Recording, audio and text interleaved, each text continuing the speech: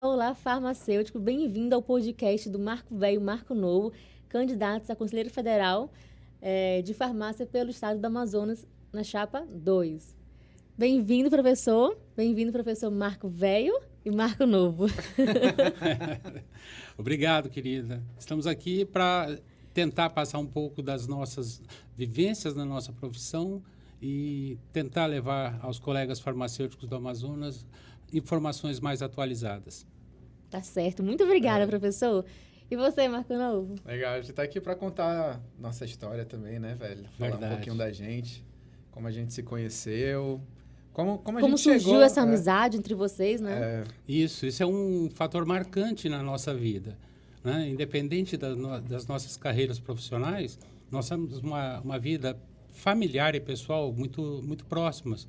E que, durante a nossa conversa aqui, eu vou ter o prazer de colocar a par aos colegas farmacêuticos de como surgiu o Marco Velho e o Marco Novo. E, professor, falando da sua história, me conta um pouquinho de onde é que você veio, porque o senhor não é daqui do Amazonas, né? Mas como é que você veio parar aqui na nossa terra? Então, eu sou paulista de nascimento, de uma cidade do interior de São Paulo chamada Presidente Prudente.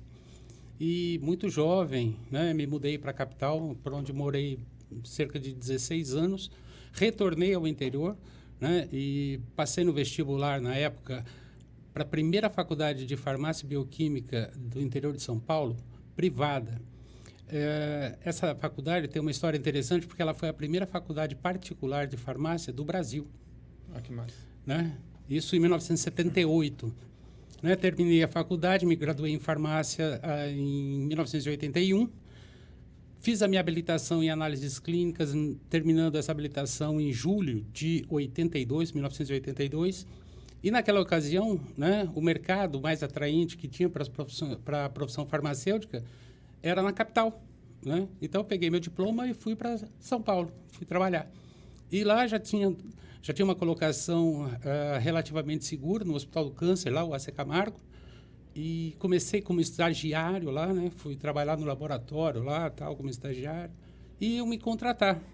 Quando foi no início, né, de 1983, eu recebo um telegrama do Exército Brasileiro. Telegrama ainda, viu? Telegrama. Veja o tempo da nossa Exatamente. conversa. Tá vendo como é velho? E lá eu recebo esse telegrama, né? E fui sendo convocado a comparecer no QG do 2º Exército, ali no Ibirapuera, em São Paulo. Fui lá e cheguei lá, o pessoal simplesmente colocou a gente numa sala e começou a distribuição. Fulano de tal para tal estado, fulano de tal para tal estado. Quando chegou na minha vez, Marcos Aurélio, Manaus. Na época, isso foi muito impactante para mim, né? Porque, assim, eu era recém-formado, tentando iniciar uma carreira profissional em São Paulo, e o Exército, né? Na época, nós vivíamos no regime militar no Brasil e eu tive que vir embora, era obrigado, né? Se eu não fosse... Você não podia questionar ali a Não autoridade, né? não podia, porque já estava assinado pelo ministro do Exército na época, né? Até hoje acho que ainda é meio assim, né? Porque médicos que se formam sempre vêm para cá também, né? Pode ter certeza disso. Então, assim, quando nós chegamos aqui, nós tínhamos paranaenses, gaúchos, paulistas, cariocas, mineiros, né? Porque, na época, só existia a antiga UA, hoje o FAM, né, formando profissionais aqui no Amazonas. Então, o número de profissionais que eram formados na época não era suficiente para abastecer o mercado local. Não tinha profissionais. Formavam 10, 12 farmacêuticos por ano. É pouquíssima gente. Pouquíssima. Tanto que, assim, tem uma coisa interessante... Isso a nível Brasil? Isso. Tanto que... nível regional aqui, ó, Amazonas. Né? Então, era necessário... Então, o Exército importava de outros estados os profissionais de saúde. Né? Para suprir a demanda. Para suprir essa demanda. Entendi. E assim como o Marquinho passou pela mesma situação, normalmente eles colocam você na fronteira. Marquinho foi para Iauareté, não é isso? Fui para Iauareté. E eu fui parar em Tabatinga, lá na fronteira com o Peru e com a Colômbia. Né? Fiquei 1 ano no Exército, que era o ano obrigatório. E lá eu tive o prazer de conhecer Benjamin Constant, que é um município vizinho de Tabatinga e que tinha uma oferta, né, no mercado de trabalho muito atraente, coisa que eu não encontraria se eu tivesse voltado para São Paulo. Então, eu vim para cá pelo Exército, né? E decidi ficar aqui quando eu percebi que você tinha eu teria condições profissionais de crescer no Amazonas do que voltar para São Paulo e morar em casa de pai e mãe. Entendeu? Então, assim, até porque o estigma de você se formar numa universidade particular ainda é muito presente no Brasil. Infelizmente, Marquinhos sabe disso. É uma realidade mesmo. Né? É. Então, assim, quando eu cheguei aqui, eu falava Marcos, Porta, porque isso já causava uma barreira. Obviamente, por questões até, né, básicas, eles davam preferência para pessoas naturais do Amazonas, mas não era no caso, porque nós precisávamos da mão de obra que não tinha. Então, você tinha a possibilidade de ter 4, 5 empregos, desde que você tivesse disponibilidade de horários, né? Você tinha essa vantagem, coisa que eu não encontraria em São Paulo. O meu sonho como farmacêutico era trabalhar na indústria farmacêutica em São Paulo, mas era um mercado muito fechado, minha habilitação não foi em indústria. Entendeu? Então, eu já tinha uma barreira natural de ter me habilitado em análises clínicas, que é onde eu trabalho até hoje há 40 anos. Então, o meu tempo de formado, ele foi todo dedicado ao Amazonas. Isso daí é uma das coisas muito bacanas. E como é que foi nesse meio tempo que a vida de vocês se cruzaram? Aí, Fala um pouquinho agora, você. aí foi uma situação engraçada, porque eu ainda estava na faculdade, aí eu fui... Na verdade, foi o Wilson que levou o meu currículo, Exatamente. acho que lá para o IAN, lá para o banco de sangue. Isso. O Wilson é o marido da minha mãe, né? Aí ele falou, ele trabalhou com o Marcos em um laboratório. Ele é médico, mas trabalhou com o Marcos em um laboratório. Encontrou com ele e falou assim, o meu enteado, né? Meu filho ele tá fazendo farmácia e tal, e poderia ver um estágio para ele. Ele falou, manda para cá e tal. Aí mandou o meu currículo lá pro banco de sangue, pro IAN, que é o Instituto de Hemoterapia do Amazonas. Era um banco acho que foi o único banco de sangue privado que teve aqui. Sim, foi o único. Ele não existe mais. Aí levou o meu currículo para lá, me aceitaram e fui pro laboratório lá com o velho. E aí, aí foi engraçado porque eu cheguei lá, também era Marcos Aurélio, né? Ele me chamava de Júnior. Júnior. Começou me chamando de Júnior. Júnior, senta aqui para aprender aqui o negócio. Aí ia lá a gente fazer as sorologias. As sorologias, para a gente poder avaliar as bolsas de sangue, testar sorologicamente as bolsas. E a partir daí liberar elas para transfusão, né? Então a gente fazia essa sorologia, era a responsabilidade dele. E aí eu fui aprender junto com ele. E aí, né, a gente fazia... Você bem novinho nessa época? Eu era novinho. Era acadêmico ainda, né? Eu tinha acho que 19 anos ainda, 20 anos ou menos. Era mais ou menos isso. Acho que eu tinha uns 19 anos de idade. Realmente quase uma relação aí de pai e de filho, né? Pela idade e tudo. Aí, veja só, a gente tava lá fazendo as sorologias, porque ainda lá no banco de sangue era muito manual. Era tudo manual, né? Basicamente manual. A gente fazia um exame imunológico lá chamado ELISA e era todo manual. A gente tinha que pipetar paciente por paciente, reagente por reagente. E aí a gente passava horas conversando nisso, né? E começou a gente conversando sobre... lá, aprendendo as coisas, e depois eu perguntei a história dele. Eu falei, ele contou essa história. Não, que a minha... eu vim pelo Exército Brasileiro, casei com uma benjaminense, morei em Benjamin Constant. Aí Benjamin Constant é a terra do meu pai. Meu pai é de Benjamin Constant, minha família do meu pai toda é de Benjamin Constant. Aí ele chegou assim, tu tá brincando que teu pai... Como é o nome do teu pai? Ele falando pra mim, eu falei, Calbi. Aí ele, puta que o pariu. Eu fui secretário de saúde do teu avô, menino. É muito doido isso, cara. Ele foi secretário de saúde do meu avô. Meu avô, ele foi... O primeiro prefeito eleito depois que a região de fronteira passaram a ter eleições diretas em 1984. Isso. E meu avô foi esse primeiro prefeito. História, hein? Sim. Ele foi o primeiro prefeito de Benjamin Constant, né? Após a redemocratização. Exatamente, mas mais ou menos por aí. E aí, E aí ele falou, conheço tua família toda, conheço teus tios, conheço teu pai, conheço todo mundo. Aí começou a contar as histórias do meu tio. Saía da secretaria, iam pescar. A gente fechava a prefeitura para ir pescar, rapaz. Era um absurdo isso. E quem levava era o tio dele, no caminhão da olaria do prefeito. Muita loucura. E aí a gente soube que a gente já teve... Aí a gente teve essa conexão a partir daí. E não foi só aí, né? Além Sim. além do meu avô, né? Da família do meu pai, ele trabalhou junto com a minha mãe também na Secretaria de Saúde. Né? Trabalhou com o marido da minha mãe no laboratório. E a gente passou a ter essa amizade que foi levando a vida inteira. Assim. Impressionante, cara. Amizade realmente familiar ali, né? Muito. Além do profissional. Olha, muito interessante. Gostei da história de vocês. Então, em 1984, eu servi o Exército em 1983. Em 84, eu dei baixa e fui para Benjamin Constant. Montei uma pequena farmácia com o dinheiro que eu tinha guardado do Exército e lá eu comecei a minha vida, né? Uma das grandes vantagens que a gente tem no interior, isso ainda acontece com muita frequência no interior do Amazonas, é o fato de você não ter um profissional interiorizado. É muito difícil isso. Você não tem muito como negociar isso com os prefeitos do interior. Tem alguns que são mais acessíveis, mas tem outros que são muito radicais, enfim. E lá conheci, então, o seu João Corrêa de Oliveira, avô do Marquinho, e que me convidou para ser o secretário municipal de saúde dele lá. E eu comecei a trabalhar também na prefeitura.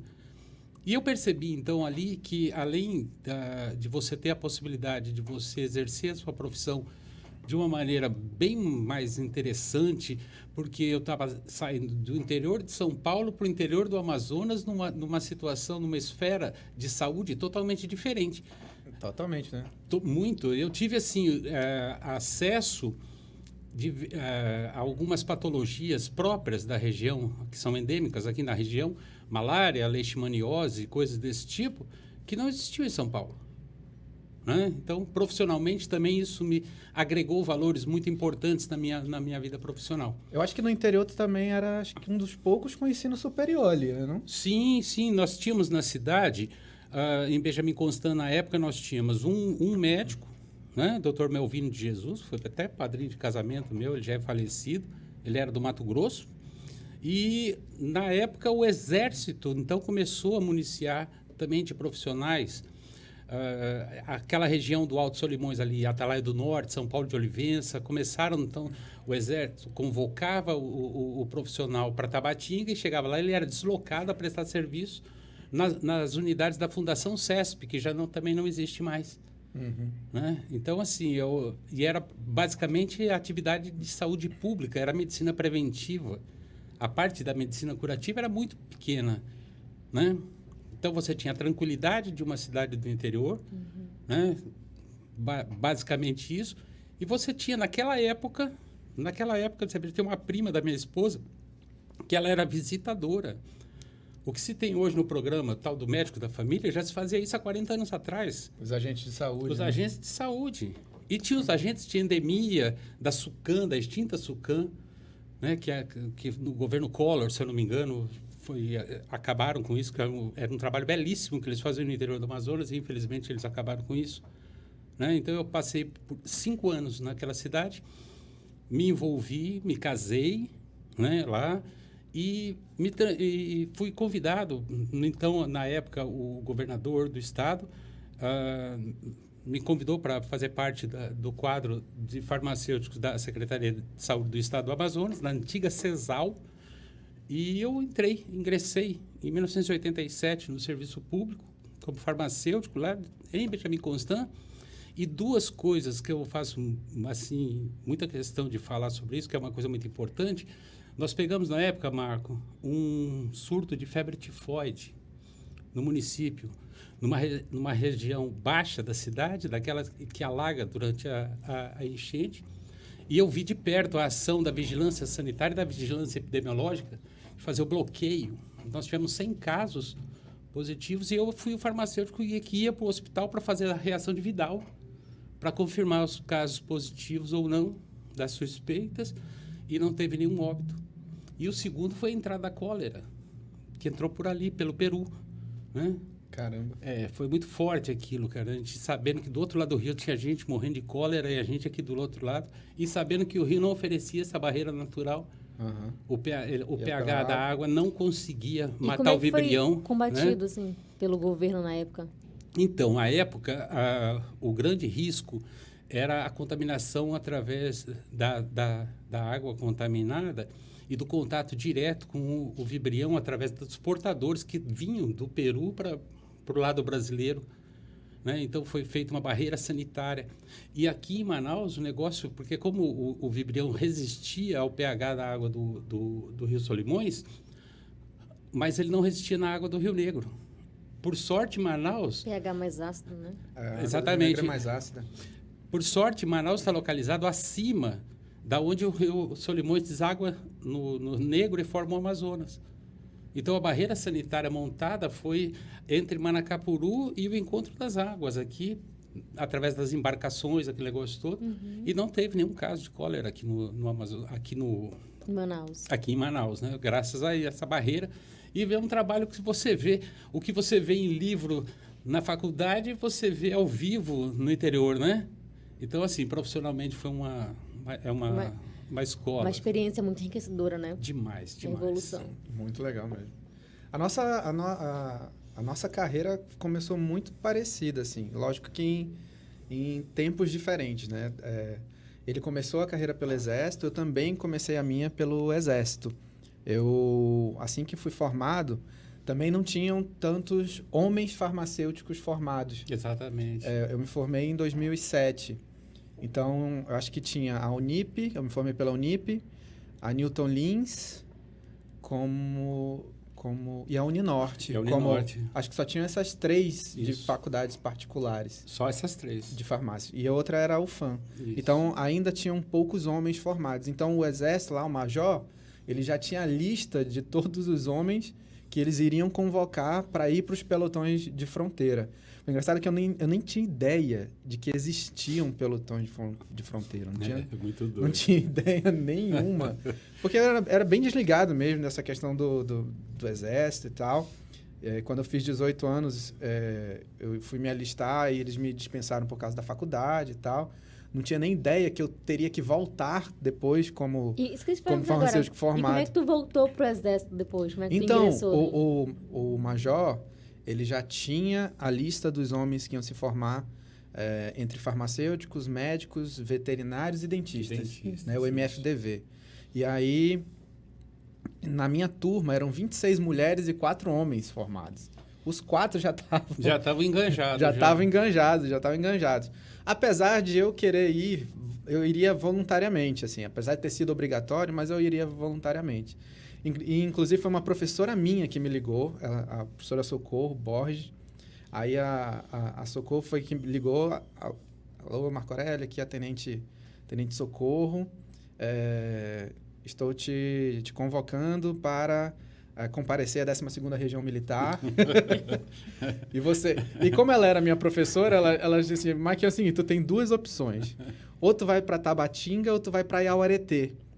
Não tem uma terceira de ficar em Manaus, né? Não tem. Aí complicado. E engraçado que, assim, eu poderia ter ido para Tabatinga. Sim. Assim, minha família ali próximo em Benjamin Constant, mas, não sei, a minha primeira... Assim, vou para Iauareté. Eu não tinha ideia de onde era Instinto mesmo, né? Eu não foi uma coisa meio que Natural, né? natural. Foi... Uma intuição.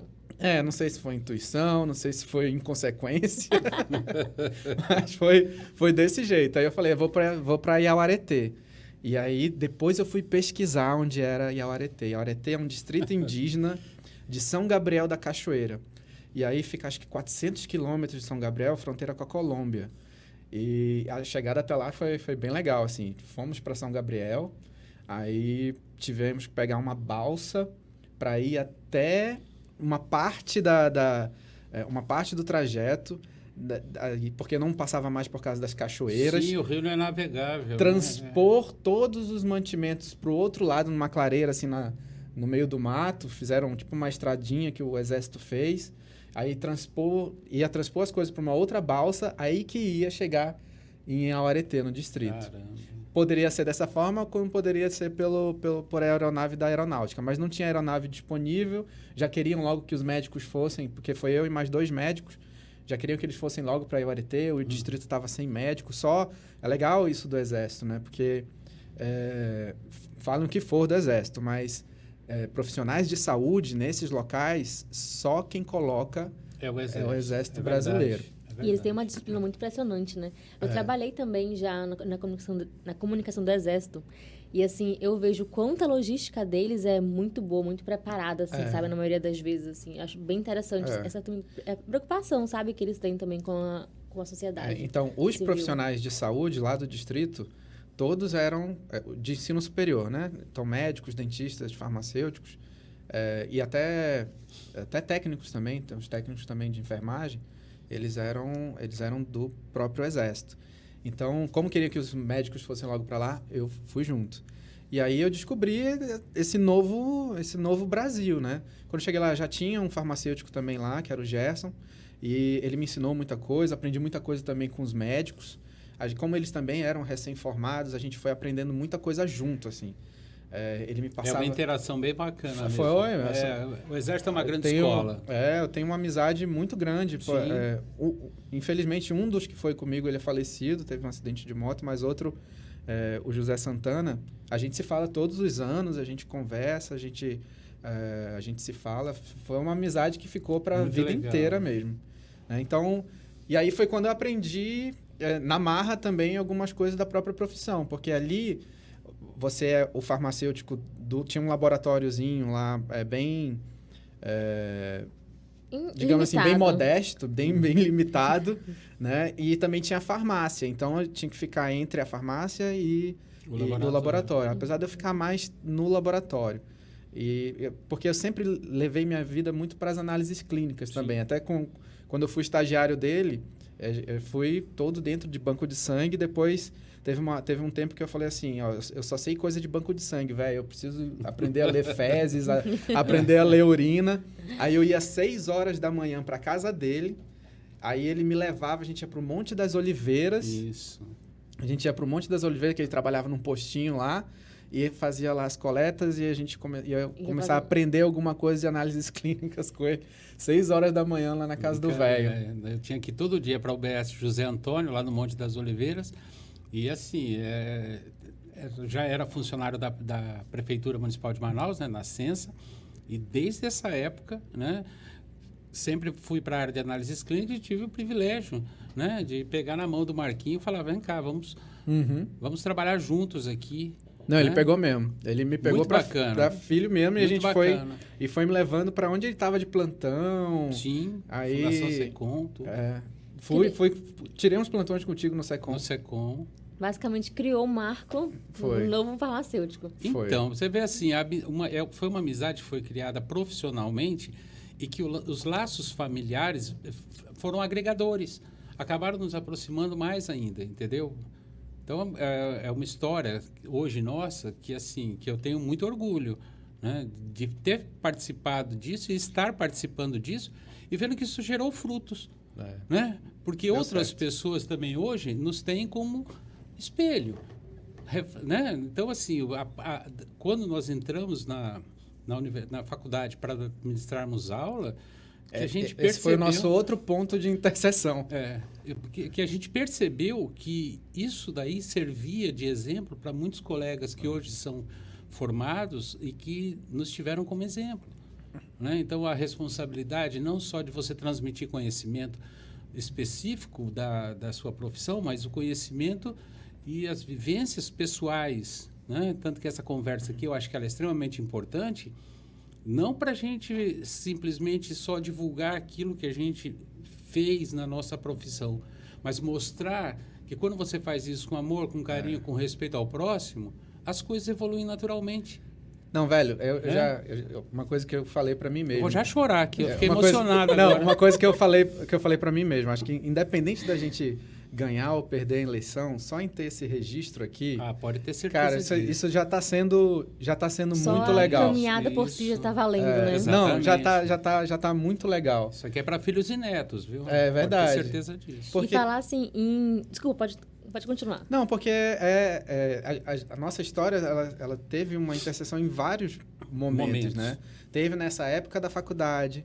Depois que eu voltei do Exército, eu voltei para o IAN. Eu fui ser bioquímico do controle de qualidade lá. Exatamente. Tu estava saindo, eu acho. Isso. Ele estava saindo para ficar direto como professor lá na Uninorte. E eu lembro que tu foi pegar umas matérias de farmacotécnica, tecnologia farmacêutica, alguma coisa do tipo. E não era a praia dele. E eu lembro que ele me ligou uma vez me pedindo, Marquinhos, preciso de um livro tal. Era o Prisma. Prisma, exatamente. Eu lembro de tudo. Eu lembro ele me ligou, Marquinhos, tu tem uns livros aí que eu vou ter que dar aula de farmacotécnica. Não era muito... Não era muito a praia dele. Não. E pior que depois ninguém tirava mais a farmacotécnica dele. Teve um tempo. Porque fazia de tudo. Fazia medicamento, fazia cosmético, fazia de tudo. É uma disciplina muito dinâmica, porque tem uma atividade prática muito legal, que é você ofertar ao aluno a possibilidade dele gerar um produto. É muito legal. Ele gera um produto. Ele entra com a matéria-prima e sai de lá com um medicamento pronto. Teve aluna nossa então que saiu... É muito atraente. Teve aluna nossa que saiu da disciplina e montou uma empresa. Foi mesmo? Foi. Montou empresa. De farmacocinética. De farmacotécnica. Acho que ela montou uma empresa... Foi sabonetes... Qualquer coisa assim, em Parintins. Né?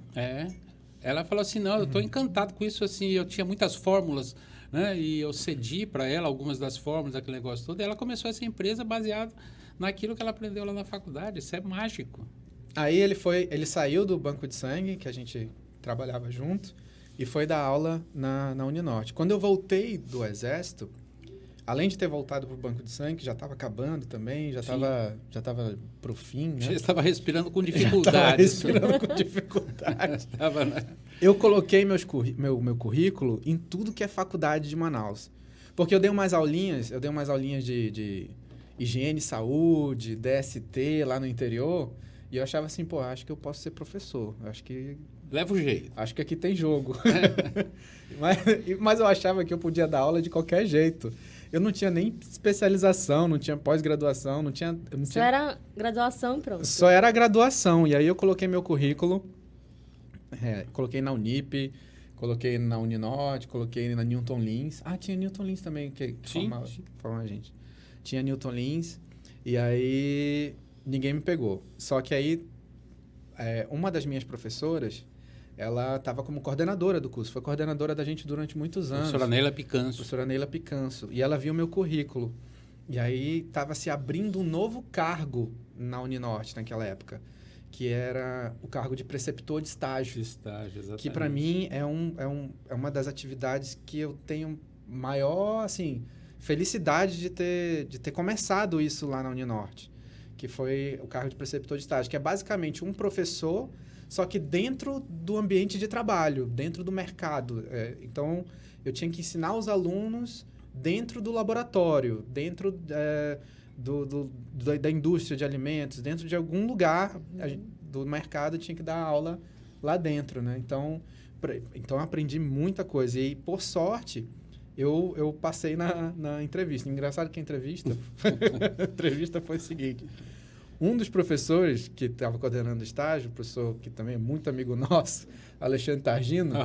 gente boa. Ele me entrevistou e ele estava lá desse jeito, assim, com o negócio na mão. Você tem experiência como professor? Eu falei, não tenho. Ele, tá, beleza. Ele colocou ali, não tenho experiência como professor. Você tem experiência na área de alimentos? Eu falei, não tenho experiência na área de alimentos. Ele colocou... Pode vir, não deixa.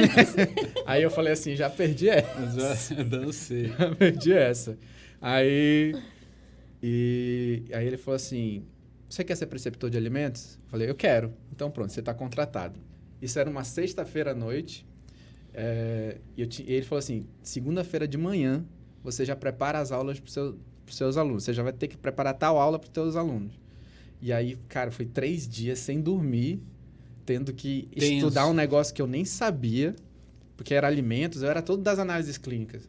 Aí tinha que aprender alguma coisa para poder estar segunda-feira de manhã com os alunos. Eu tinha me preparado para uma aula de 2 horas, eu dei essa aula em 15 minutos. É maluco isso. Não, mas eu falo isso para os Sério, eu falo isso, eu conto essa história para meus alunos, porque é um desafio que a gente que é colocado pra gente, né? E eu não tenho, eu tenho muita dificuldade de falar não. Hoje em dia que eu tô aprendendo a falar mais não. Mas eu tinha muita dificuldade. E do mais, eu precisava do emprego, eu tinha que me colocar em alguma coisa. E quando ele falou, eu aceito, eu vou nessa. Eu liguei para minha professora, Alcinira, de alimentos. Eu falei, professora, pelo amor de Deus, me preste suas apostilas de volta. Eu joguei tudo fora. Preciso das suas apostilas. E aí, fui aprender na marra. Cheguei no dia, em 15 minutos eu acabei com a aula. Não consegui falar mais nada. Tinha vomitado o assunto. Complicado. Mas com o tempo você vai pegando, porque aí você também vai aprendendo, né? É verdade. Aí você vai aprendendo que aula... ela é muito mais estratégica do que conteudista, né? Verdade. Você trabalhar uma aula é muito mais você ter que trabalhar o aluno do que você colocar um conteúdo. Eu acho que é uma das coisas, assim, que ser professor, você tem que ter alguma coisa mágica em você. Tem que ter um feeling. Tem que ter. E você tem que sentir isso pelo seguinte, porque você imagina o seguinte, como é que você vai entrar numa sala, numa sexta-feira, a partir das 9 horas da noite, para dar uma aula extremamente chata, de um assunto chato. Putz, é muito chato. Legislação, por exemplo. Como é que você vai falar de uma legislação para um aluno que está ali? Ele já está mentalmente cansado. Trabalhou o dia inteiro. Ele trabalhou o dia inteiro, ele não jantou, ele tá desconfortável, porque nem banho ele tomou ainda. Ele está só pensando em chegar na casa dele, tomar um banho, comer alguma coisa e dormir. Então, você tinha que transformar isso em alguma coisa para você trazer o aluno para dentro, porque senão você não dominava. Eu acho que a gente conseguia fazer isso, né? Ah, não tem a dúvida a gente conseguia disso. fazer isso. E aí foi quando a gente se encontrou de novo, porque ele já estava dando aula na Uninorte.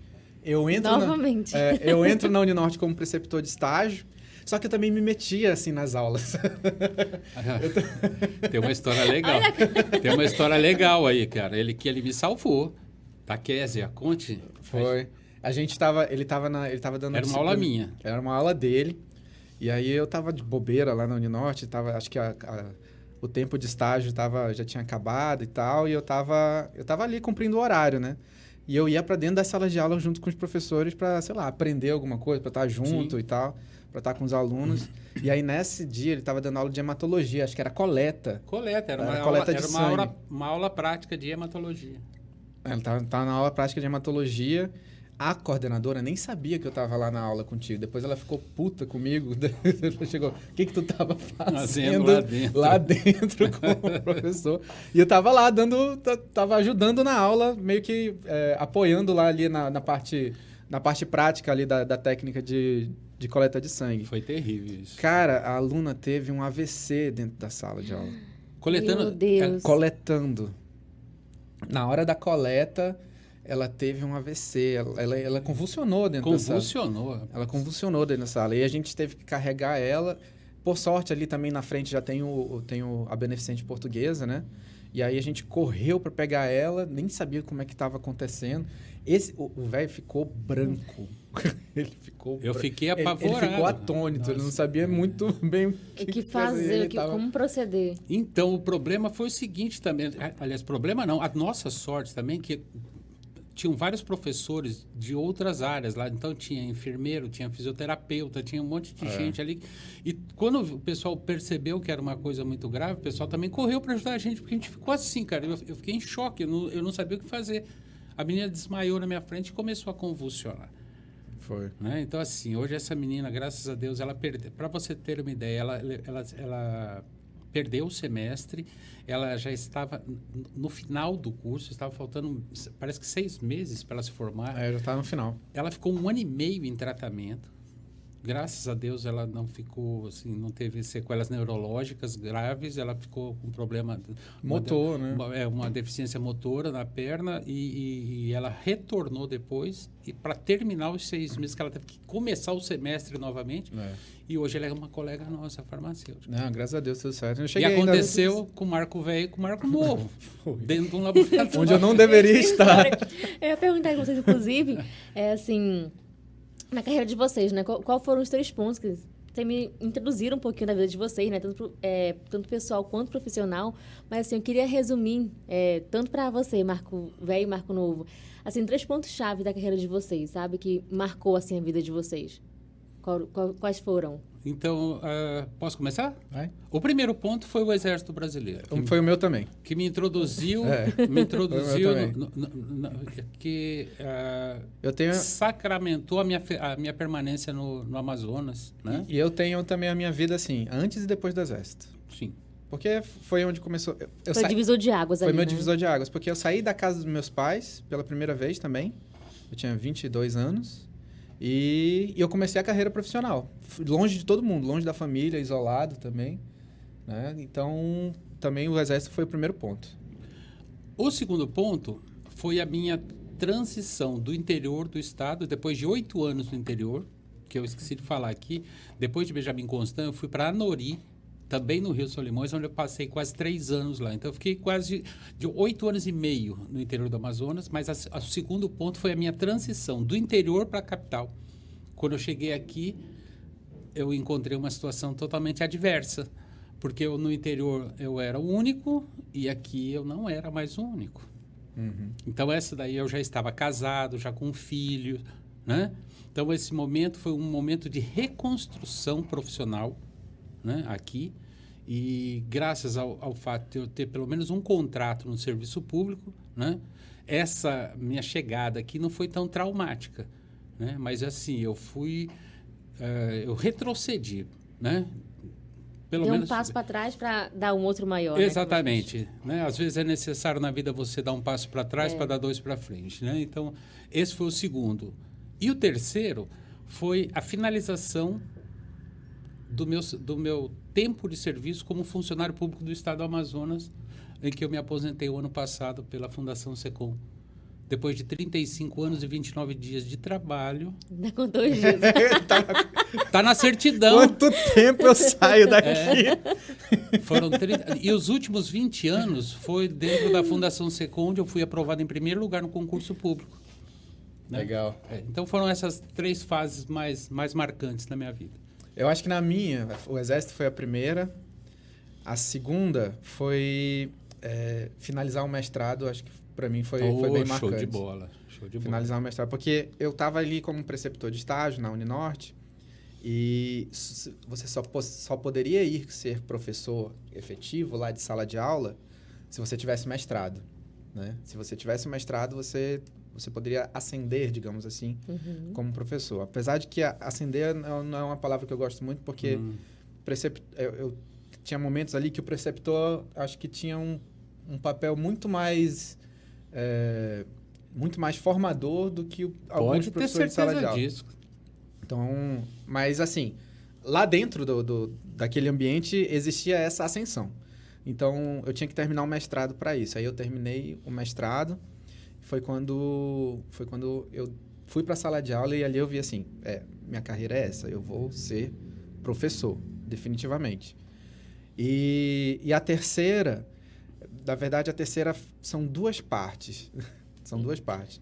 Uma, quando eu abri a minha primeira empresa, com 2 colegas farmacêuticos, com o Paulo Henrique e com o Edson Fidelis.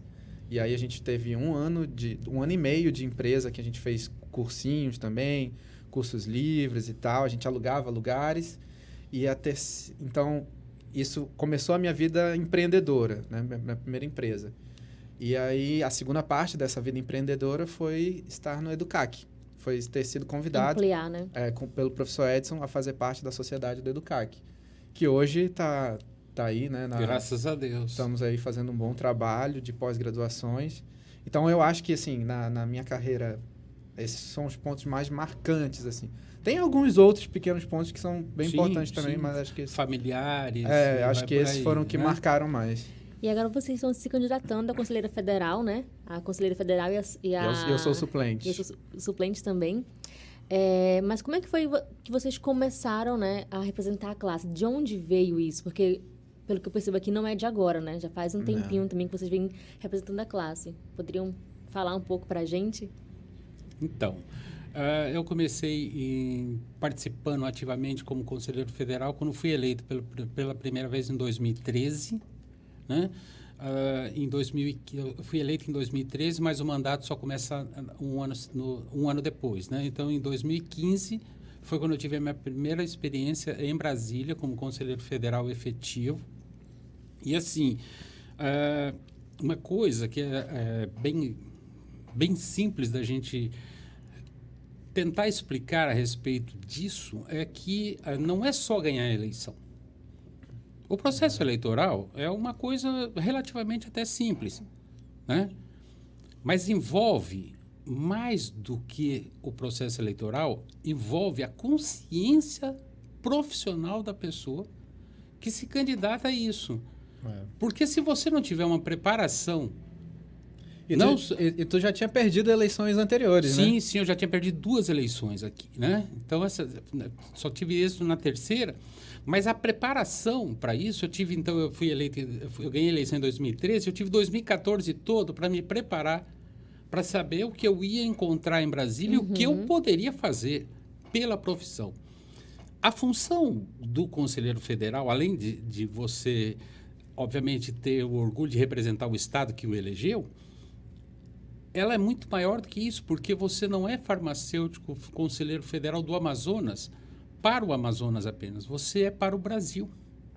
Então, você vai ter contato com situações bem adversas de Minas, do Rio, de São Paulo, Rio Grande do Sul, do São Sergipe, realidades diferentes também, né? E você tem que dar o jeito de resolver isso. Então, assim, o eleitor do Amazonas, ele tem que ter a clareza de que o conselheiro federal, ele não vai resolver só os problemas que ele pode resolver pelo Amazonas. Ele resolve os problemas para o Brasil. E essas demandas, elas acontecem naturalmente. Você chega no plenário do Conselho Federal, tem uma pilha de processos, assim, uma média de 80, 90 processos, e que você tem 2, 3, 4 horas para você despachar tudo aquilo. E por não ter conflito de interesses, pelo fato de eu representar o Amazonas, eu não julgo processos do Amazonas. Nós chamamos de câmaras técnicas. São os processos administrativos, processos éticos, que vêm de outros estados e que são distribuídos de uma maneira que nunca um processo do Amazonas cai na minha mão. Entendi. Entendeu? Então, assim, eu pego alguns processos... Normalmente, os processos que eu mais tenho acesso são os processos do sul do país. Paraná, Santa Catarina e Rio Grande do Sul. São os processos que aparecem na minha mesa com mais frequência. Então, não é simplesmente o fato de você ter sido eleito aqui que você vai ficar lá dentro do conselho só tentando resolver os problemas do Amazonas. Não. Você resolve os problemas do Brasil. As coisas que envolvem, inclusive, o Amazonas, são delimitadas ao plenário. Então, um outro conselheiro é que vai julgar o processo do Amazonas e eu vou ter a possibilidade de, pelo menos, pedir vistas do processo, mas eu não posso mais interferir no voto do relator. E quando ataca uma profissão, ataca a profissão inteira, né? Não é só do Amazonas, né? Exatamente. Você não vai lá só para... não, aqui está uma maravilha. Não, não está uma maravilha. A gente está sendo vítima, nesse momento, hoje, no Brasil, de algumas coisas que estão extremamente danosas à nossa profissão, que são o farmacêutico remoto, que é uma coisa que é muito subjetiva. Como é que existe farmacêutico remoto? Não, ele vai despachar, ele vai dispensar, desculpe, uma receita de um medicamento da portaria 344, que ele vai receber pela internet. Só que a entrega do medicamento tem que ser presencial. Então, não existe remoto. É uma coisa que está fadado a não dar certo mesmo. E aqui infelizmente, no Amazonas, o nosso governador sancionou uma lei tornando isso, né? Mas quero, pelo menos nesse momento aqui, dizer que, embora eu seja contra isso, é só limitado ao tempo da pandemia, para nossa sorte. Isso daí vai gerar desemprego, tá? Isso vai gerar desemprego. O nosso sindicato vai ter que ficar muito atento a isso, porque vai provocar desemprego. O segundo é a venda de medicamentos em supermercados. Ora, pelo amor de Deus. Todos os anos, tentam passar essa lei. Ressuscitam esse bendito desse PL. Só que tem um detalhe. O que nós colocamos, né, pelo menos para os deputados que estão envolvidos nisso e senadores, nós colocamos o seguinte, falou, tudo bem, você quer vender no supermercado? Tudo bem, mas contrata um farmacêutico. Porque nos Estados Unidos, na Europa, funciona assim. Ele até vende, mas tem um farmacêutico lá responsável por isso. Tem um quiosquezinho deles lá. Você está entendendo? É. Então, assim... Porque querem vender de qualquer jeito, aí não tem condição, tem que ter o profissional. Então, assim, você tem uma pressão muito grande, sabe? E o poder econômico das empresas, né? Então, fica muito difícil. Né? Isso daí. E o último, assim, que esse daí, infelizmente, assim, eu não tenho boas notícias, é o ensino à distância. Né? É uma incoerência muito grande. Você fala, vamos fazer um curso de farmácia 100% EAD.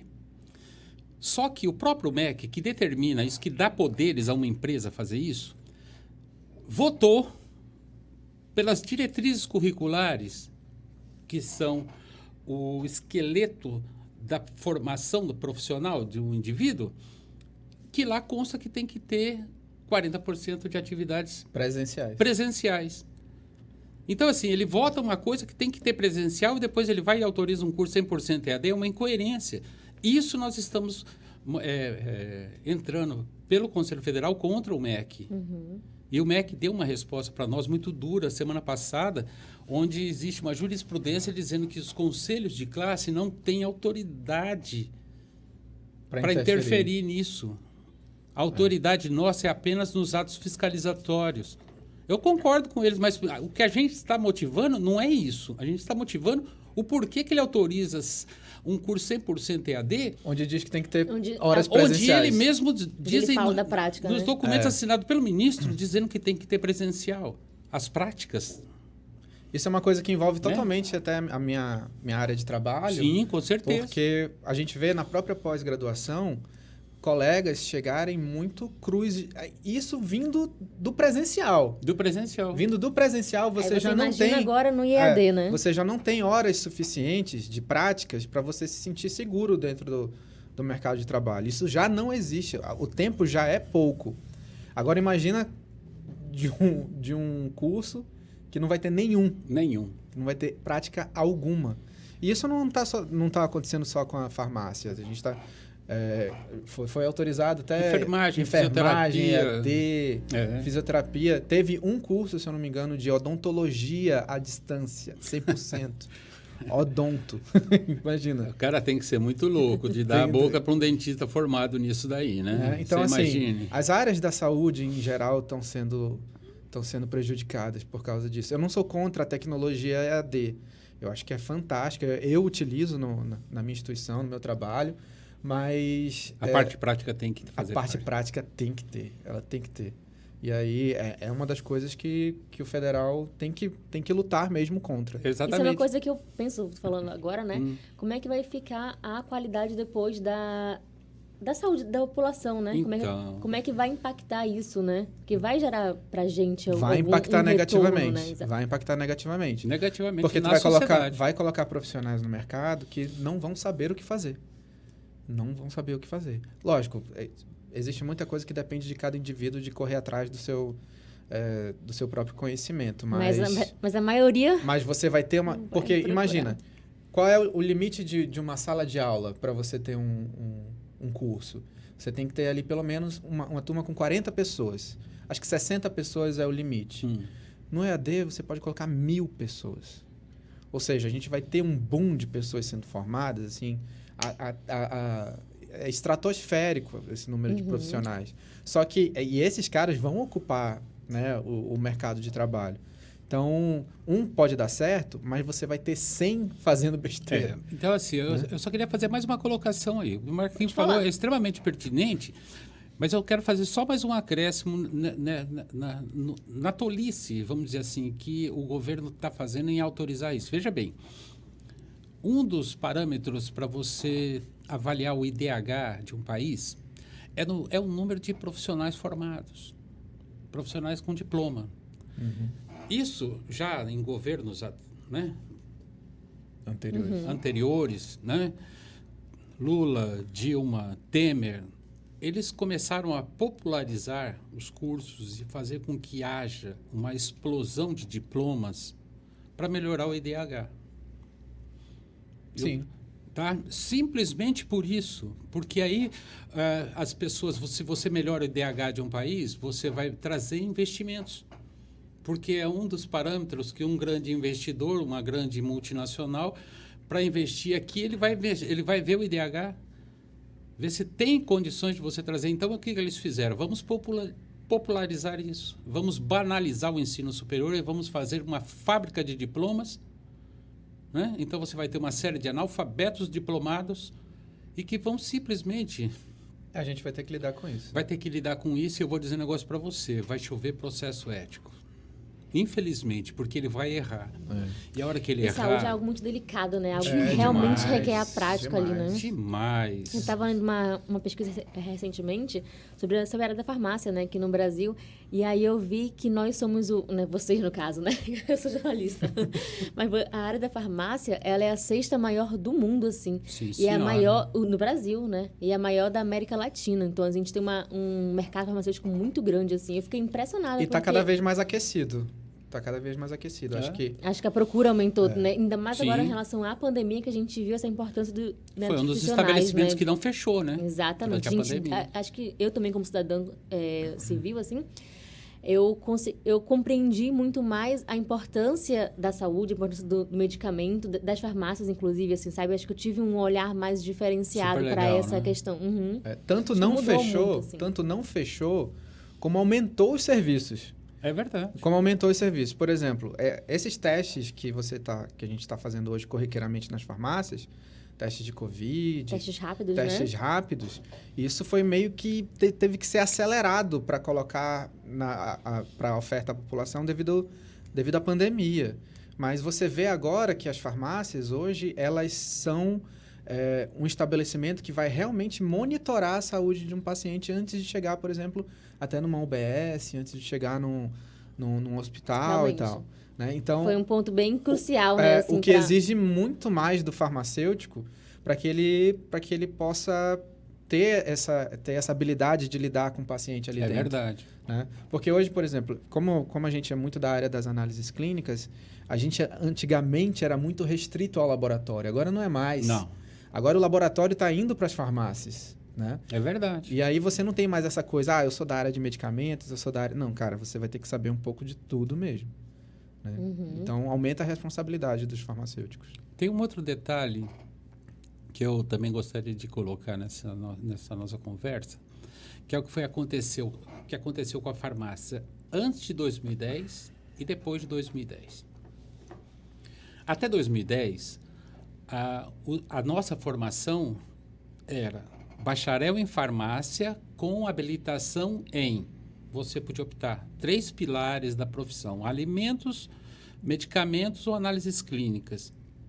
Então, você tinha que optar por isso e você ia ficar mais um ano na faculdade só fazendo aquilo. Uhum. A partir de 2010, isso acabou. Esses 3 pilares foram unidos, né? E se criou o farmacêutico generalista, que são os alunos que se formaram de 2010 para cá, receberam esse título de bacharel em farmácia, mas não mais com habilitação. Porque essas habilitações que nós fazíamos na nossa época, elas foram embutidas e se acresceu mais um ano na faculdade. Uhum. Tanto que o meu tempo de faculdade eram 4 anos e agora são 5.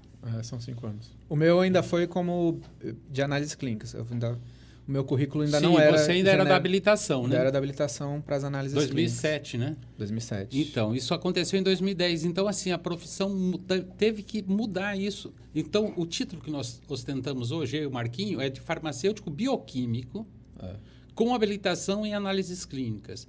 Hoje, não. Hoje, o diploma sai apenas farmacêutico generalista. E ele pode trabalhar... Ele pode trabalhar nas 3 áreas. E nós não. Hoje mesmo. Só na específica. Só na específica. Hoje mesmo teve um ex-aluno que mandou uma mensagem. Ele falou: Marquinho, eu queria saber se eu posso atuar nas análises clínicas porque eu sou farmacêutico generalista. Eu falei, você pode atuar em qualquer área, medicamentos, análises clínicas, alimentos. Agora, existem editais de concursos, editais de processo seletivo que exigem que você tenha pós-graduação na área. Mas isso é uma deliberação do concurso, não do exercício da sua atividade. Pode. Trabalhar você pode. Agora, é uma coisa diferente você estar ali concorrendo a uma vaga, seja até numa empresa privada. eu estou concorrendo para um laboratório, esse aqui é generalista, esse aqui também é generalista, mas ele tem uma pós-graduação em análises clínicas. Isso. Obviamente, creio que esse aqui vai ser mais competitivo do que esse. Então, não existe a obrigatoriedade da pós para o exercício, mas você se torna mais competitivo com as especializações, né? Eu comecei essa busca para valorização da classe, basicamente dentro da sala de aula também. Porque eu, como preceptor de estágio, eu levava meus alunos para várias empresas, né? Várias empresas como era estágio de alimentos, levava para Bombons. Acho que a Bombons Finos foi bem legal, porque o responsável técnico da Bombons Finos era um farmacêutico, que era o Rodrigo Sena. Isso. E o Rodrigo hoje é um grande amigo meu, ele é um grande amigo que a gente já teve vários projetos juntos. Ele sempre foi muito politizado. O Rodrigo sempre foi muito de dentro de sindicatos, ele faz parte de partido político, então ele sempre foi muito engajado nisso. E ele dava essas palestras para os alunos, ele não dava só a palestra ali sobre a operação do controle de qualidade do produto, ele também falava sobre essas questões de, olha, vamos se juntar, vamos brigar pela nossa classe e tal. E eu falei, caramba, isso é verdade, a gente precisa fazer isso. Porque o meu primeiro emprego, minha primeira oferta de emprego, no dia seguinte que eu me formei, porque acho que o CRF disponibilizava os números dos farmacêuticos formados e tal, para as drogarias, foi um cara de drogaria que me ligou, falou, doutor Marco Aurélio, assim, primeira vez que você se ouve como doutor, no dia seguinte da sua formatura. Doutor Marco Aurélio, tô te ligando e tal, porque estou precisando de um responsável técnico para minha farmácia. Vamos fazer o seguinte, eu te pago R$500 e você nem precisa vir aqui. Meu Deus. Aí eu, R$500? Não, senhor, não aceito, muito obrigado. Passar bem. No dia seguinte o exército me ligou, né? Mas essa foi a minha primeira oferta de emprego. E teve uma precarização durante muito tempo da profissão farmacêutica, que era chamado de assinacêuticos. O cara assumia a responsabilidade técnica, mas nem ia e tal. Prestava o nome somente. Hoje isso está cada vez mais difícil, porque com certeza os CRFs são muito mais atuantes. Os fiscais trabalham bastante mesmo hoje para que isso não aconteça. Mas tinha muito disso ainda à época que eu me formei.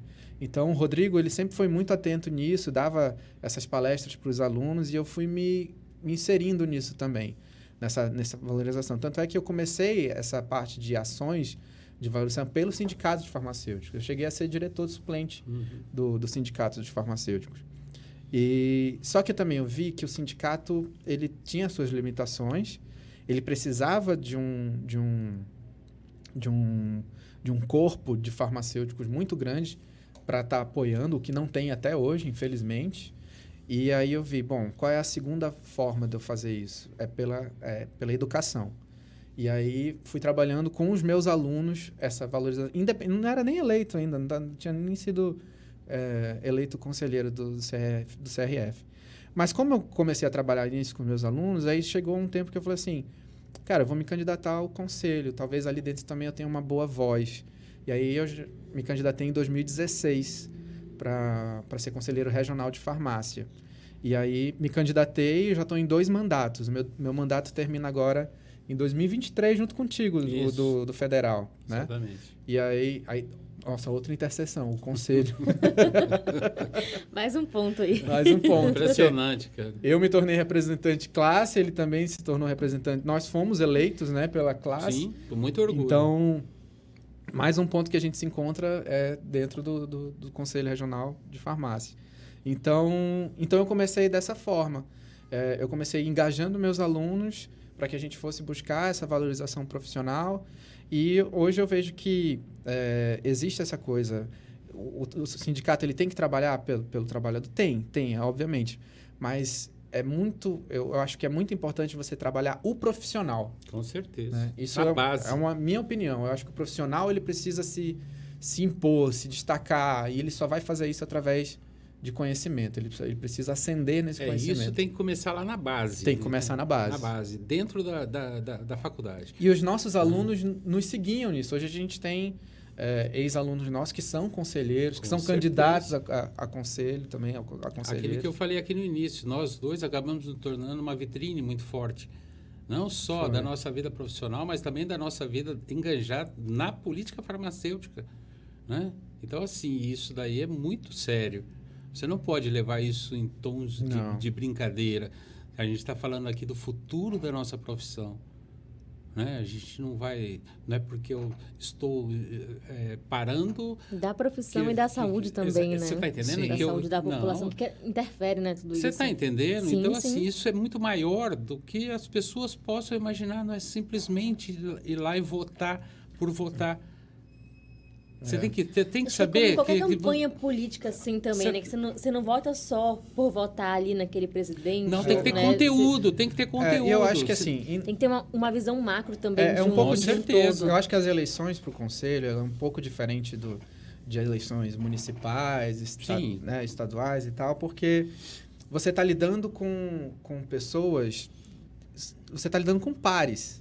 Todos ali têm o mesmo nível, né? Você está lidando com colegas farmacêuticos. É diferente de um vereador que, cara, você tem um semi-analfabeto ali se candidatando e um doutor em alguma coisa, né? São coisas diferentes. Na classe farmacêutica, todos somos pares, né? E qual que eu vejo que são os nossos diferenciais e o que podem nos enxergar nisso? É o nosso trabalho. Eu acho que é o nosso trabalho quem diz... Com certeza. O que nós somos e o que nós podemos fazer dentro da classe farmacêutica. Porque a gente trabalhou com educação, né? Nós dois somos também funcionários públicos, eu trabalho na Central de Medicamentos do Amazonas. Concursados. Então, assim, a gente tem essa vivência da classe em diferentes âmbitos, em diferentes esferas. Então, é a forma como a gente enxerga que pode ser um diferencial, né, dentro lá do plenário, tanto do Conselho Regional quanto do Conselho Federal. Tem mais um ponto, se você me permite, Marquinho, que é a gestão. Fica à vontade. Que é a gestão. Que é a gestão. Nós tivemos experiências muito gratificantes e importantes dentro da gestão da nossa profissão. Né? Eu tive o privilégio de ser secretário municipal de saúde do avô do Marquinho durante um mandato de 3 anos, né? Fui diretor do SPA do Coroado por 5 anos. Fui levado à sede da Secretaria de Saúde num cargo cuja denominação, né, que era de coordenador da Regional Metropolitana, que hoje se equipara ao secretário adjunto de Saúde do Estado. Um farmacêutico assumi, fiquei lá durante 1 ano e meio. Legal. Nesse cargo. Então, assim, eu tive a oportunidade de trabalhar na montagem do hospital Dr. João Lúcio, lá na Zona Leste, o gigante da Zona Leste, como ele é chamado. E quem selecionou todo o pessoal que foi trabalhar lá fui eu. A inauguração do hospital se deu no dia 25 de outubro de 1998, se eu não me engano, 1998, e eu participei disso. O processo seletivo dos funcionários que iniciaram os trabalhos lá, com exceção das cooperativas, né, dos serviços terceirizados, passaram todos pela minha mão. Então, assim, eu tive a oportunidade de, como farmacêutico, trabalhar nos módulos de gestão da mais simples às mais complexas. Quando eu fui diretor do SPA do Coroado, não existia o João Lúcio ainda. Nós tínhamos, naquela época, a urgência e emergência no Amazonas se baseava no 28 de agosto e 5 SPAs. E eu era o diretor de um deles. E fiquei lá por 5 anos. Então, interessante, assim, né? É muito legal. História, assim. Então, assim, gestão Parece também... rapidinho. Parece que eu tô vendo assim, a minha história, sabe? Do Amazonas também. Não é que é maluco isso? Eu não conhecia Mas eu vou esse te outro falar, lado assim, da história do meu estado. Então, assim, é uma visão que eu tô tendo agora muito interessante mesmo. Eu acho, assim, que colocar um farmacêutico num cargo estratégico é extremamente importante, porque a gente tem uma base, né? A gente tem uma base da saúde pública que consegue enxergar ela de uma forma macro, né? E eu vi a diferença que farmacêuticos fazem quando eles são gestores públicos. Hoje a gestora Gestora do Platão Araújo é uma farmacêutica. É uma farmacêutica. Doutora Aida. E doutor Ronaldo Derzino no Alfredo da Mata. São pessoas que têm uma visão macro, né, do SUS. Então, isso é extremamente importante. Eu tive o privilégio de trabalhar também, fui gestor na Central de Medicamentos do Amazonas. Hoje eu estou lá, mas não mais num cargo de chefia. Eu continuo lá como farmacêutico da logística.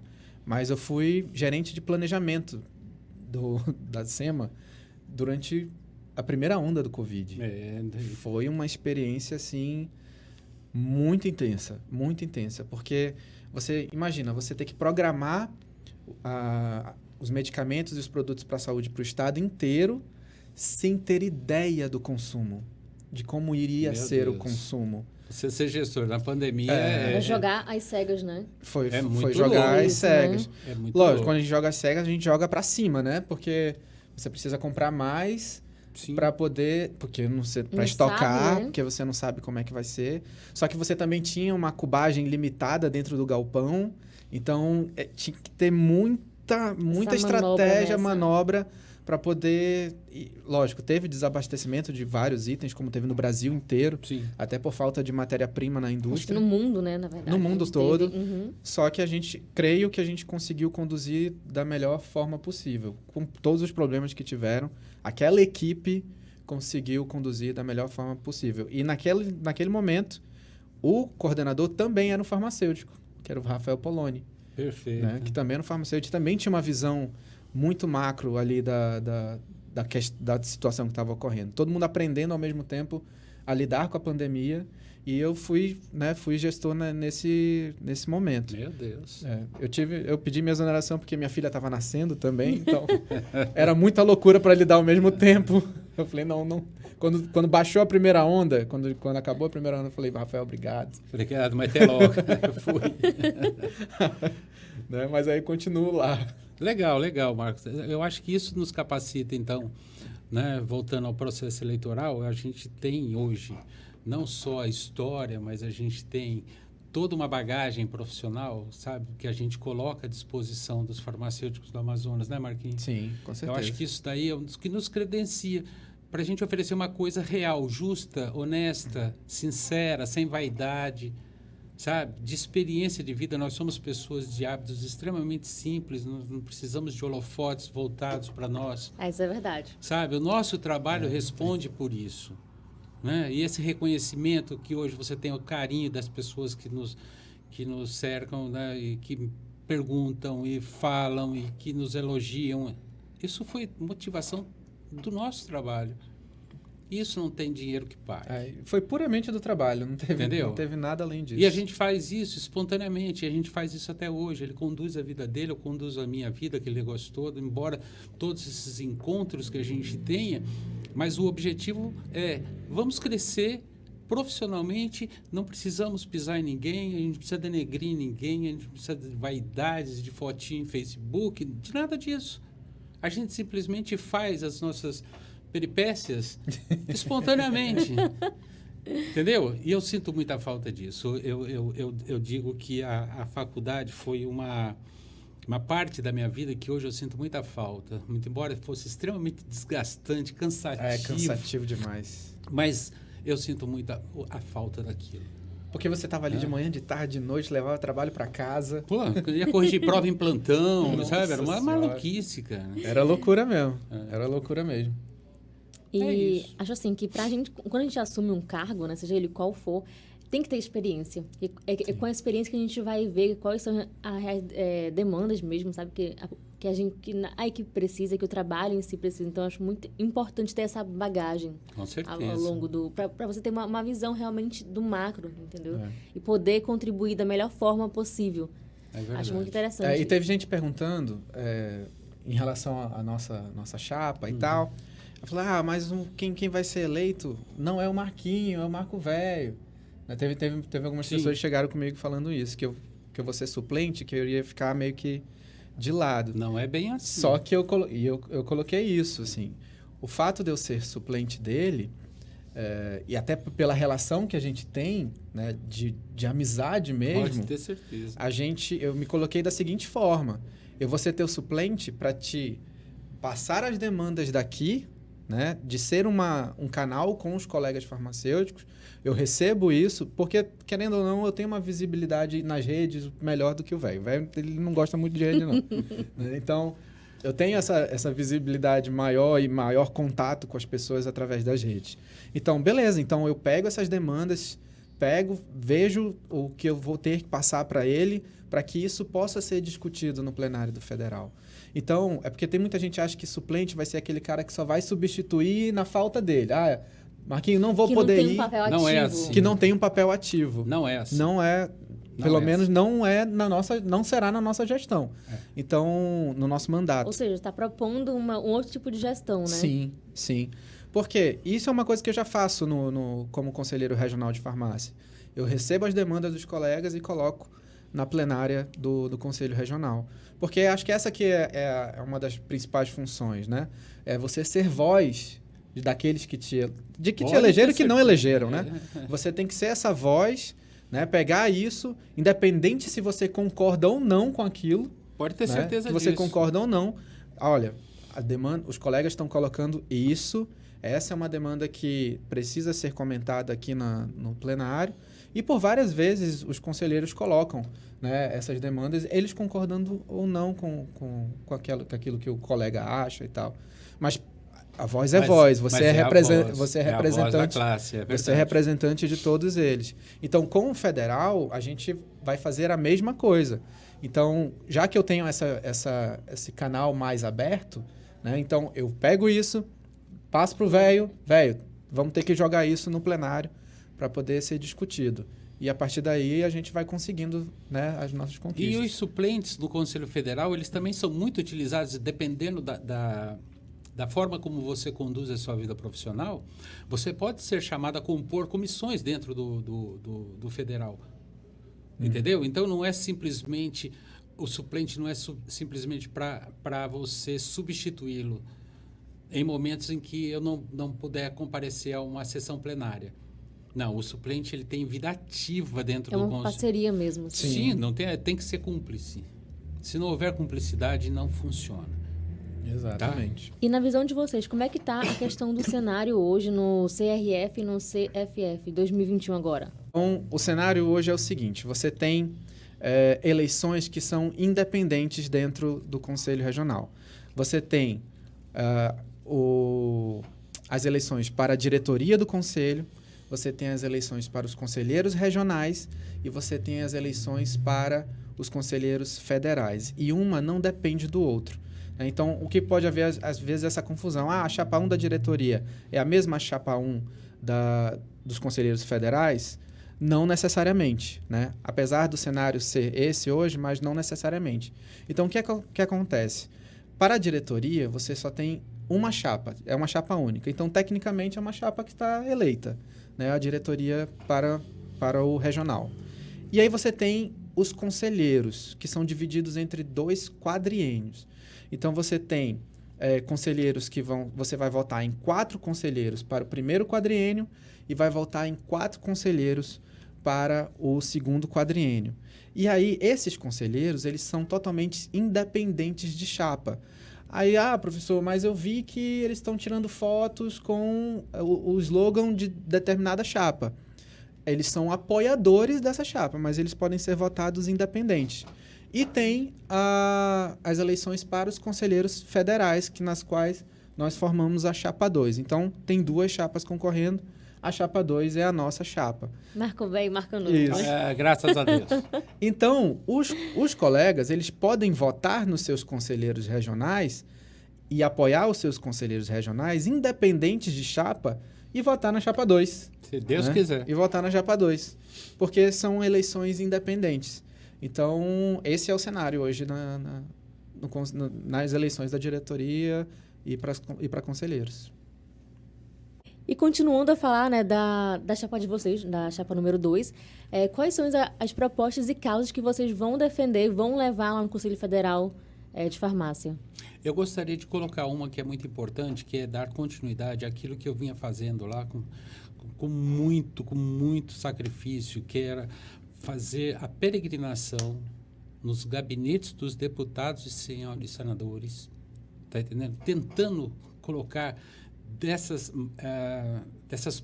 políticas que são colocadas sem que são colocadas sem que haja conhecimento ou consentimento da profissão. Como é que pode um deputado federal do Rio de Janeiro, que não é ligado, ele é ligado à área de segurança, não sabe nada a respeito de medicamento, criar um projeto de lei que envolvam diretamente a profissão farmacêutica? Eu não posso aceitar isso. Só que você não consegue chegar perto desse senhor.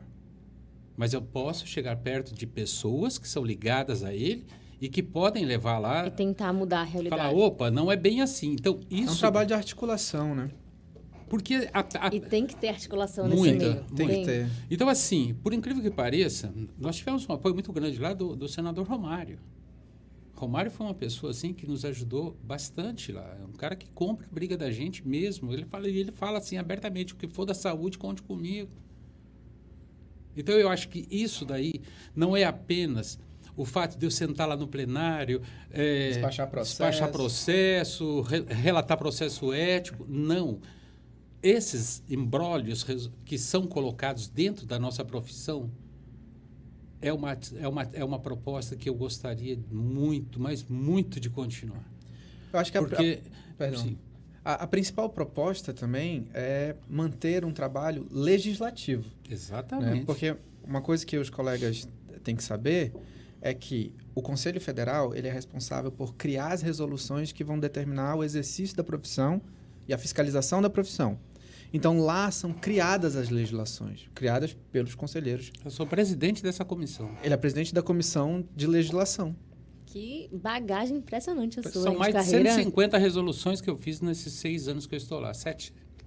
Ou seja, essa é a principal função dos conselheiros federais. É legislar, é criar as legislações para... Ferramentas, né? Criar as nossas atribuições, criar as formas de fiscalização e de segurança também do exercício profissional.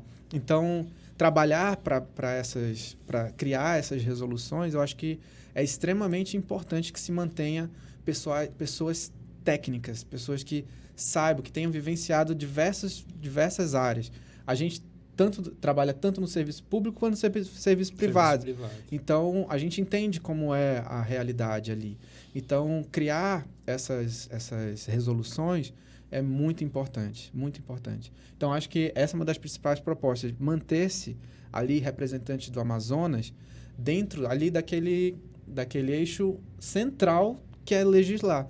Ele é presidente dessa comissão de legislação, além de ser presidente da comissão de tomada de contas, né? Isso. Então, eu estou lá dentro da comissão de legislação há 4 anos, né? E dessa comissão partiram as inovações. Porque, veja bem uma coisa, já que a farmácia ela está sendo alvo de tantos, né, tem tanta gente querendo atravessar a profissão farmacêutica, né? A partir desse momento, de 2012 para cá, começamos a disseminar novas tendências da nossa profissão. Então, começaram a surgir modalidades, especialidades farmacêuticas novas, no que nós temos de um universo de 30 e poucas modalidades específicas da área farmacêutica para 135. Uhum. Agora você tem farmacêutico que pode se especializar em aromaterapia, hipnoterapia. Hipnoterapia. Que está chegando agora, né? Hipnoterapia. É mesmo? Sim, senhora. É diferente, bem diferente isso na minha concepção, então, né? Porque a hipnoterapia, ela mexe mais com a questão cerebral, né? Do que... É muito doido isso. Então, assim, eu tenho a possibilidade de trabalhar com isso, de criar esses mecanismos. São ferramentas que a gente oferta ao farmacêutico e fala, tá aqui, meu filho. Diferente da gente que só tinha a opção lá, ou era alimento, ou medicamento, ou análises clínicas. Não, agora você tem um universo absurdo. Leque bem amplo, exatamente, né? Pelo amor de Deus, escolha alguma coisa que você goste e vá ser feliz, se especialize. A acupuntura, pra mim, até vai ali, mas a hipnoterapia eu já achei um pouco mais distante. Você não é a primeira que fala isso para mim, tá? Mas eu vou dizer um negócio para você. Se você vê o trabalho, você vai ficar maluco, olha. É uma coisa impressionante. Eu particularmente, quando chamamos 2 colegas farmacêuticos hipnoterapeutas para nos ajudar na confecção da... Porque, assim, montar o básico da resolução, isso é tranquilo. Mas você inserir a técnica dentro de um papel que é um negócio mais complicado. Então, a gente necessita desses Porque tem que ser um papel específico, né? Específico. Nós temos, então, 2 farmacêuticos que são hipnoterapeutas. Um deles trabalha dentro de uma farmácia hospitalar, é uma coisa, assim, mágica. E um outro que tinha uma farmácia magistral, fechou e só se dedica a isso hoje. Eu tenho Muito um colega louco, que né? ele é odonto e hipnoterapeuta. Então. E aí, que tu imagina isso? Tu vem falar de farmacêutico, então. Tá, entendeu? Mas eu acho mais distante ainda assim. Não, mas não é. O cara tá mexendo no dente. Mas não é. Ao que você... Nessa concepção, o que o hipnoterapeuta farmacêutico ele faria para o paciente? Porque eu sei que na odonto, por exemplo, quando você minimiza, né, ali o medo do paciente com dentista, né, de extração e afins. Mas no caso do farmacêutico, como é que seria, assim? Então... A pauta mudou, veja como bem é que seria? A pauta mudou. Mas veja bem uma coisa, são pontos específicos. Um deles que eu gosto muito de comentar, que eu vi dentro da hipnoterapia, que é uma coisa que me chamou muita atenção, é o uso das pessoas que fazem uso prolongado de medicamentos. São as pessoas que realmente ela não vive seu medicamento. E você consegue fazer com que aquela pessoa se desligue daquilo. Por exemplo, eu vou citar um exemplo bem comum. A minha mãe tomava 2 analgésicos. Os 2 faziam o mesmo efeito, mas para ela só dipirona funcionava. Mudar ali a crença, você tá a crença entendendo? da pessoa, né? Então, assim, você já deve ter ouvido isso, é mais comum do que você Sim, imagina. sim, O cara sim. fala assim, eu só posso tomar se for o AS. Se não for o AS, não funciona em mim. Minha mãe falava isso da dipirona. Ela falou, só funciona se for dipirona. Se não for, não funciona. Entendeu como que é o Mas negócio? você tem que trabalhar Sim, essa sim. crença. E você trabalha nisso e a pessoa acaba aceitando isso. Trabalha a programação neurolinguística mesmo, né? Você está me entendendo? Sim, Então, sim. assim, então tem muita ligação. Medo de agulha e vai por aí Porque a afora. hipnoterapia não é só hipnotizar, né? Não é. Não é bem assim, né? É trabalhar programação neurolinguística. É um pouco mais a fundo. Na verdade, é bem mais a fundo, né? Então, assim, não é possível hoje um farmacêutico dizer eu não consigo um emprego, Não, você não achou ainda o seu caminho. A partir do momento que você entrar lá e você vê o leque de opções que você tem e você falar, opa, eu tenho uma frase legal que... isso daqui me interessou, Quando- então pronto, vá lá, né? Uma vez eu estava nessas crises existenciais da profissão, eu cheguei para falar com ele.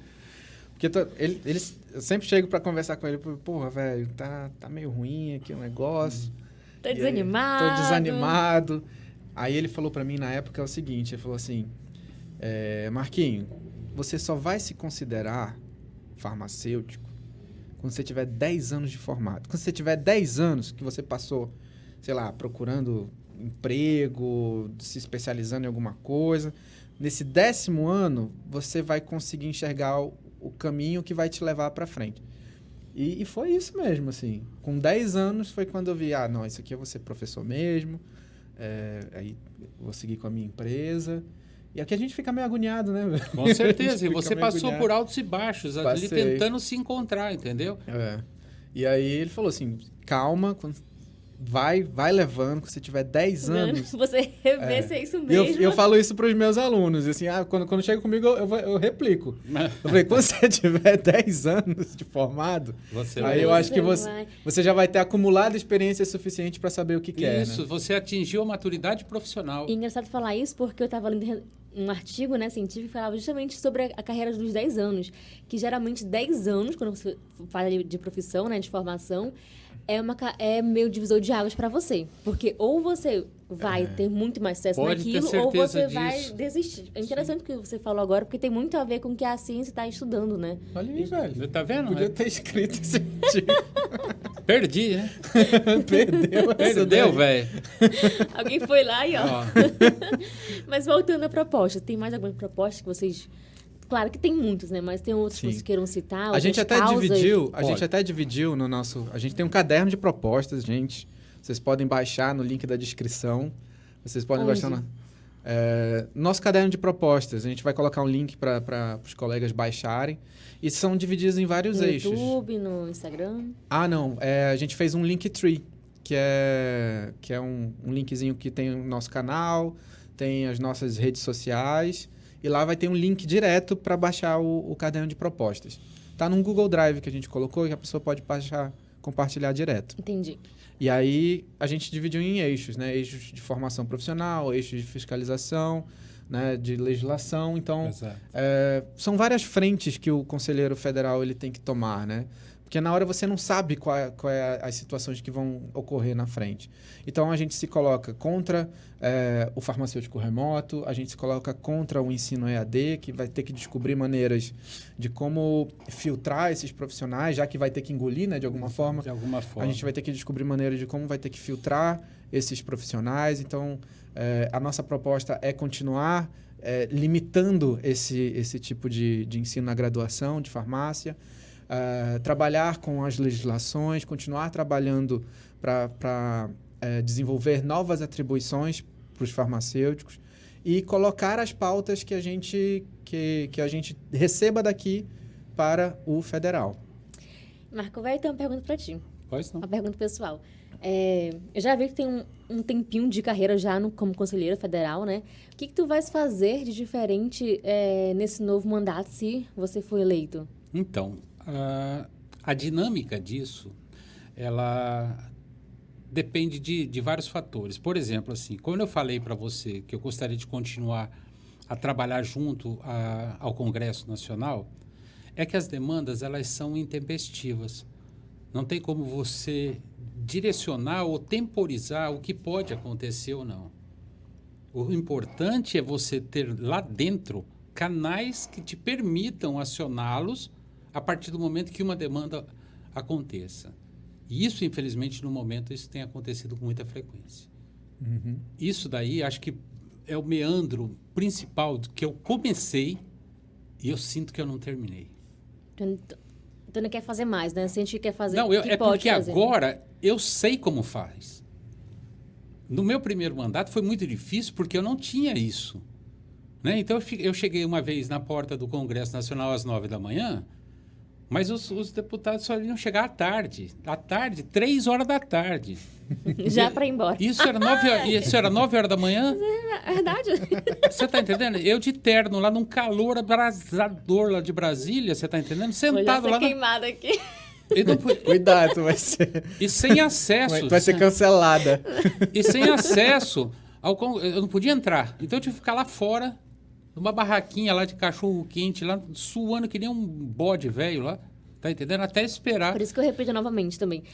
É importante a experiência. Sabe? Não tenha dúvida disso. Agora a gente tem uma inovação. A gente tem uma inovação. A gente vai manter o nosso canal no YouTube como prestação de contas para os colegas. Ah, sim, isso é legal. Então, isso é bacana. Isso que a gente que a gente está fazendo aqui, esse podcast, ele vai ser continuado, onde a gente vai colocar para os colegas mensalmente o que aconteceu no Conselho Federal. Né? Isso, um resumo do que aconteceu. Porque a gente não tinha esse canal, o velho não tinha canal nenhum, muito obviamente. Muito importante. Eu entro com isso. Ele me avacalha. Mas não tinha mesmo. É a versão moderna do Marco Velho. Apesar da barba branca, eu tinha que ter pintado a barba, né, velho, para esse negócio. Aí, a gente vai manter o nosso podcast, vai manter o nosso canal, onde a gente vai colocar o resumo daquilo que aconteceu no Federal. Atualizado, quais foram as nossas decisões, no que a gente participou. Então, e é uma coisa que hoje não tem e a gente quer colocar. Verdade. Muito interessante. E assim, nós estamos finalizando o nosso podcast.